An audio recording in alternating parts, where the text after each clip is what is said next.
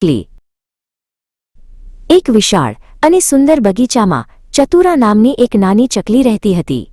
ચતુરા ખૂબ જ સમજદાર અને હિંમતવાન હતી. તે આખો દિવસ બગીચાના ફૂલો અને ઝાડ પર ઉડાઉડ કરતી અને મીઠું ગીત ગાતી. ચતુરાએ એક ઘટાદાર આંબાના ઝાડ પર પોતાનો નાનકડો માળો બનાવ્યો હતો.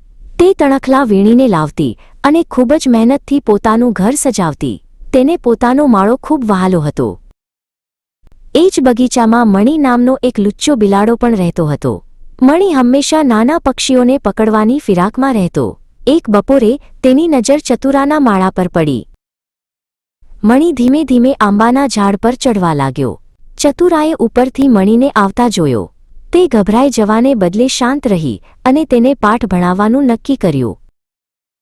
જ્યારે મણી નજીક પહોંચ્યો ત્યારે ચતુરા બોલી, "અરે મણીભાઈ, તમે અહીં શું કરો છો?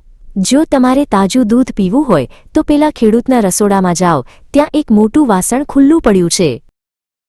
મણી ખૂબ જ લાલચુ હતો. દૂધનું નામ સાંભળતા જ તેના મોંમાં પાણી આવી ગયું. તેણે પૂછ્યું, "સાચે જ ચતુરા? શું ત્યાં કોઈ નથી?" ચતુરાએ હા પાડી અને તેને રસ્તો બતાવ્યો. મણી દોડતો રસોડામાં ગયો. ત્યાં ખરેખર એક મોટું વાસણ ઊંધું પડેલું હતું. મણીને લાગ્યું કે દૂધ તેની નીચે હશે. તેણે બળ લગાવીને વાસણને ઊંચું કરવાનો પ્રયત્ન કર્યો. જેવું મણીએ વાસણને હલાવ્યું, ઉપર શેલ્ફ પર રાખેલી એક મોટી ટોપલી તેના પર આવી પડી. મણી ટોપલીની અંદર ફસાઈ ગયો અને બહાર નીકળી શક્યો નહીં. ચતુરા બારીમાંથી આ બધું જોઈ રહી હતી. તે ખડખડાટ હસી પડી. તેની ચતુરાઈ કામ કરી ગઈ હતી. હવે તે અને તેના મિત્રો બગીચામાં સુરક્ષિત હતા.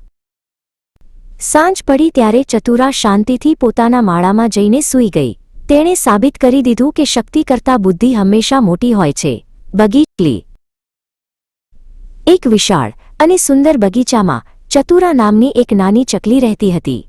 ચતુરા ખૂબ જ સમજદાર અને હિંમતવાન હતી.